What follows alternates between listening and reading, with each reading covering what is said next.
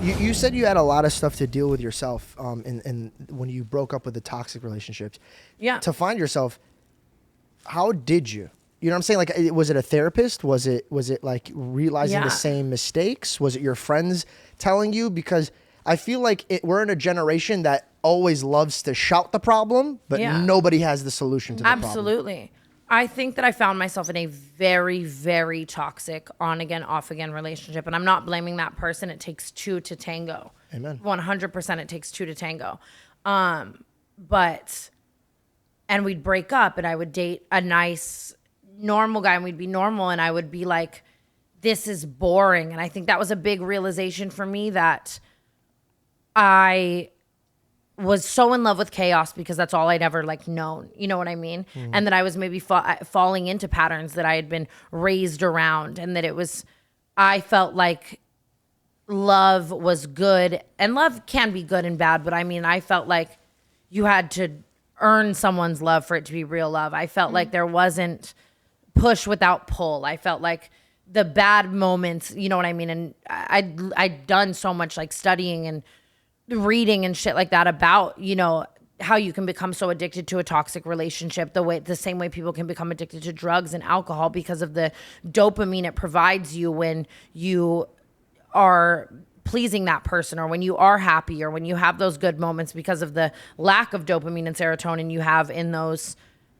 low moments. You become dependent and searching for another hit of that dopamine, and it becomes a toxic cycle that you can like become obsessed with. And I just remember thinking like, I don't want to be this person, and I wouldn't want to have kids one day and then see this as love. I don't want to create a household that was like the one I was raised in. I want better. And if that better to me right now is boring, I need to unpack inside why that's boring. And I did start getting therapy, and bless my therapist, and it did help, but I think that it was a lot of like soul searching and learning. And I think that it is an active fight to stay away from that, I guess. Do you know what I mean? In the sense that like, I would have to understand patterns, I guess, and be like, I want to call my ex right now, and I want to fight with them over this, and I want to tell them to just come over and let's try it again and whatever. And I have to actively fight those urges and desires to go to what I know if I want to be better, you know? I wish you would focus your energy more on focusing on how much your worth is. 100%. Because I feel like once you realize that, you don't give a shit about what he's willing to give you. Yeah. You're just kind of like, it's either, bro, you walk into Gucci, they don't care if you can't afford it. Yeah. You're not touching it. It's not yours. 100%. So you should feel that with who you are as a human. Yeah. And we make jokes and we talk about how sporadic you are and decisions you made, but out of any girl I've ever met in Hollywood that is at your status of like industry of like creating chaos and the clickbait and all that stuff, you are truly a beautiful soul. And me and her talk about this all the time. I love you guys. No, you are a great human being. And I pray that these bad boys that you're into are not going to be the bad boys that raise your kids. 100%. You get what I'm saying? I really mean that. And I appreciate you saying that, because I think for a while it exactly was that. I didn't know my worth. And I think at that time I would just be like, no, but I love a bad boy. I love this and whatever. And it took me really getting out of that to be like, no, if you can accept that love, that is what you're thinking of yourself. Even if you don't want to admit that to yourself, if that's the caliber that you're putting yourself at, that is what you think of yourself.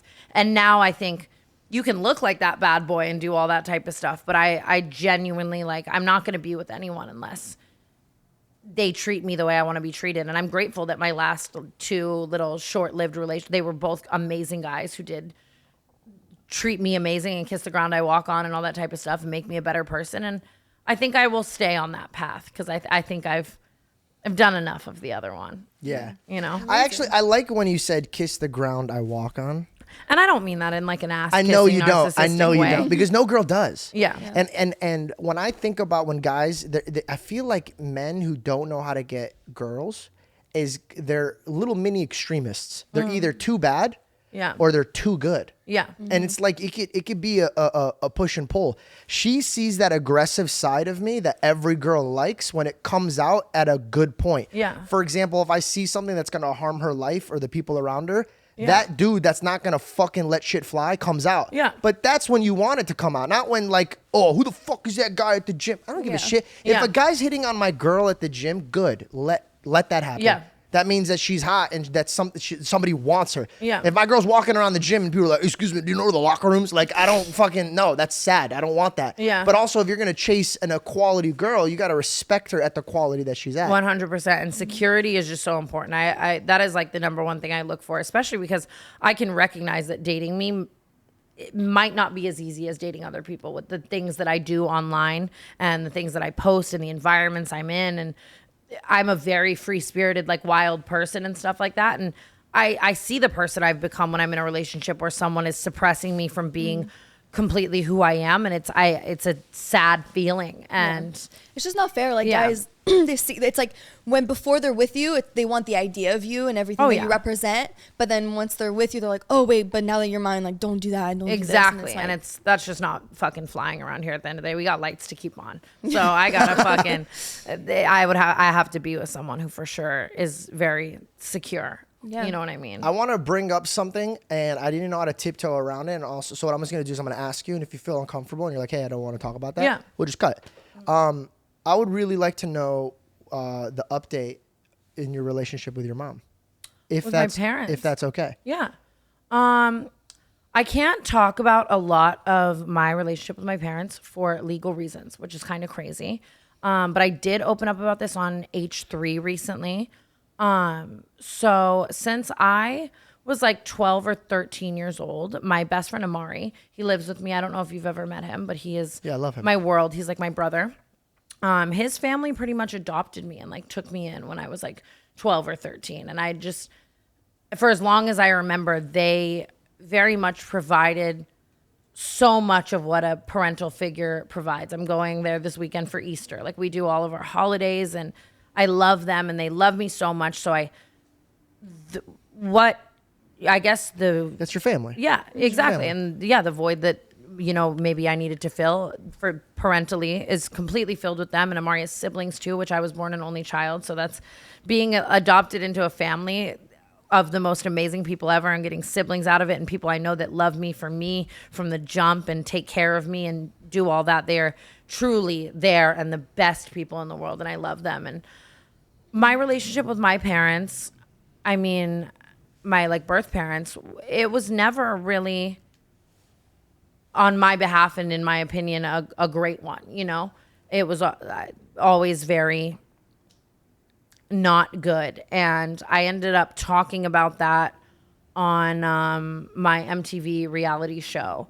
And kind of like we went home to Vegas and I went to Amari's parents' house and we kind of reminisced on that and my childhood and talked about it a little bit. And maybe about two and a half years ago, I woke up one day to my lawyers calling me saying they received a letter that I was being sued by my parents for slander, for like a bunch of money and all this type of stuff. And I already wasn't really talking to them. And I had already I was head underwater in being adopted by Amari's family. Mm-hmm. But that was kind of like you really realize they're like, oh, I will never probably be good with these people again. Like if you can do that to your own child. Right. I pray that's not the case. You know? And not for them. Not Yeah. for them. For you. Well, for you. and I've worked through that a lot in therapy. There is no part of me that is, you know, I've learned a lot about going no contact with people and the benefits of that. And it's very hard when you explain that to people who have a healthy relationship with their parents because they're like, but just talk to them, but I get just what be you're good saying, with yeah. them. And I hope one day you guys are good. And so on and so forth. And I completely understand why people say that because it's like that's what they know. Mm-hmm. And the empathy in them and the human in them is like, I just hope it's so good. And I think that I have peace in knowing what the situation is completely and not looking for something that's never going to be there and not hoping because I spent so much of my childhood, hoping these people would be something they aren't, and learned at a very young age the pain in trying to change people to be something you want and hoping that they are something that you want. And I think that there is peace in accepting that maybe someone is never going to give you what you want from them, you know? I don't know the journey you walked. Yeah. And I can never disrespect you in being like, I understand where you're coming from.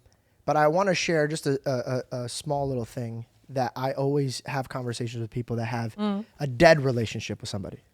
And that's how I describe it, dead. Yeah. I don't want it, don't need it, don't think it's good for me, vice versa. Lazarus, I don't know if you know who Lazarus in the Bible, he's the one who came back alive, came back alive.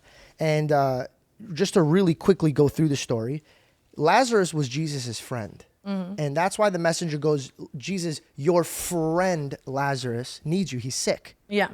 And he shows up late purposefully because the Jewish heritage at the time is if you die and it's been 5 days, then your soul leaves. Yeah. So he purposely waited to even not even make sure that they think that he's going to come back because, his soul didn't leave his body. They really wanted it to be dead.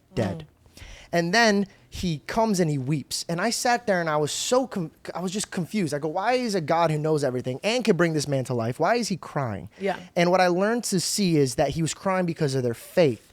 And so he tells them to move the rock. He doesn't move himself. He says, you have to move it. And sometimes there's a rock in front of you and you don't even want to touch it because you think what's even behind that is dead. Yeah. And you don't want it. And Yeah. so I'm looking at you now in a very successful place. You're not married. You don't have kids. But I know that one day that if you can make this relationship come back to life, and I pray that God could open up their eyes and they can know what they did to you. Because you're saying, I'm writing it off, it's over. But I know my God could bring things to life. And I just pray that one day your parents could see what they did for you. So that way the home that was broken and that everybody waved their flag saying we're done is repaired. So that way your children don't have to experience this and your bloodline no 100%. longer have to experience that. And I appreciate that. I genuinely do. And I appreciate that. I think that one day when I have kids, I will bring them home to Amari's family and they will be so loving and welcoming and amazing. I can't even express. I'm so excited for that. You know what I mean? Yeah. That I don't think there's any room in me to be longing for anything else at all. Like I'm so excited for that. I mean, I definitely am at the point where I hope my birth parents have peace and die with peace and whatever that like means, you know, and stuff like that. But I'm so happy with where my life is at that, you know, I'm no longer looking for them to realize emotionally what the way I was brought up did to me. You know what I mean? Like I just no longer like I no longer am longing for that. I have peace and maybe understanding. And obviously I get what you're saying. Like you hope and you pray that people can have empathy for maybe how they hurt you. But I also have peace in the fact of realizing that maybe there are people in the world that may live and die and never realize the things that they have done to others. Okay. And that's okay. 100%. You know? I like to shoot for past stars. For sure. And I think that For sure. I look at it and I see it as, it's funny that you I mean, think about it, bro. If you think about who Tana is, if I go home and I talk to my friend Kave, right? My best friend Kave. And I come up to you and I go, hey, you know Kave? And you're going to be like, I don't know who the fuck's Kave. I don't know who Kave is. Kave is my best friend, the most important person in my life. Aw. Sorry, Belle. And he did so much for me, right? But if I go back home and I go, hey, you know, Tana, and he goes, yeah, I know everything about Tana, right? You're under a 0.00001. The chances of being a Tana is a phenomenon. Do you get what I'm saying? It's like in the billions. It's like you became Tana and the world knows you. And when you go back and you said, when I was 15, I would never thought I would be here. Yeah. What I'm saying is sometimes as humans, Yeah. we are like, no, we write it off. And I know that you're at peace of where your parents are and you don't want it. But I just want, even better than what you've already settled in your heart to have. And I appreciate that. And that's all I had. And we can move on from it. I just want the absolute best for people that I think deserve it, and your heart deserves the best. That's so kind. And I think that to attest to that, like it's very important to have people in your life and in your world that do want more, or maybe even just different for you than you might want, because they love you so much, or they love and care about you so much that they want whatever the idea they have for you is, you know, amazing and greater and awesome. And I think that person in people's lives is very valuable, and it's awesome that you are that person to the core, and it's inspiring because I hope to be that for all the people around me as well. You were for me. I want nothing but the best for the people that I love, whether that's my version of the best or theirs or crazy shit, you know, things. I appreciate that.